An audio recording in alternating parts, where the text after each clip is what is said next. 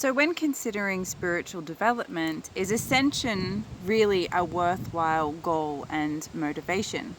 Let's read a little and find out. Ascension is but one ingredient in the process of true God realization. Too often, much emphasis is placed on the act of ascension as though it is the entire goal and purpose. For as long as humans have been aware of God, there has been a great focus on the ultimate goal of returning to God. Most spiritual and religious teachings have their own version of this great ascension, though it may not be named as such, and the interpretations of God and nirvana may differ. Whatever the angle or the belief, ascension has been understood to be the great and ultimate reward owed after a godlike performance in a crippled physical reality. Spirituality for so long has been focused around getting out of here, leaving the form world behind, breaking free of the wheel of death and rebirth, ending all suffering and finally coming to rest in a state of bliss which can only be achieved somewhere else. The form world has been considered a realm of sin and evil, of temptation and suffering.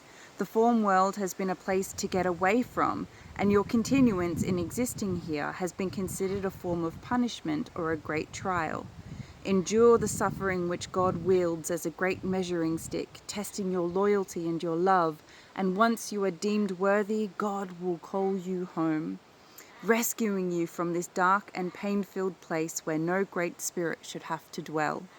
Ascension, or the process of leaving here, has been the goal and the focus, and the form world has been feared and judged, the human experience measured against a state of bliss shared with God and found to be wanting.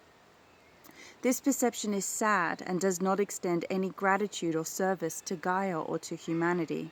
Anyone who simply wants to get out of here, leaving the planet and her humanity behind, has not truly realized God. Anyone who seeks only for their own promised state of eternal bliss has not truly given their heart over to evolution or, of most importance, to service.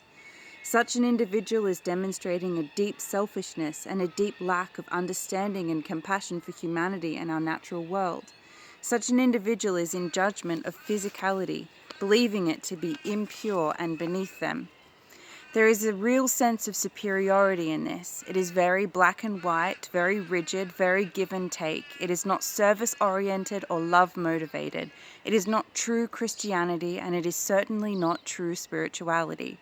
True spirituality is the act of synthesis. It is the embodiment of God qualities. It is service and love-based.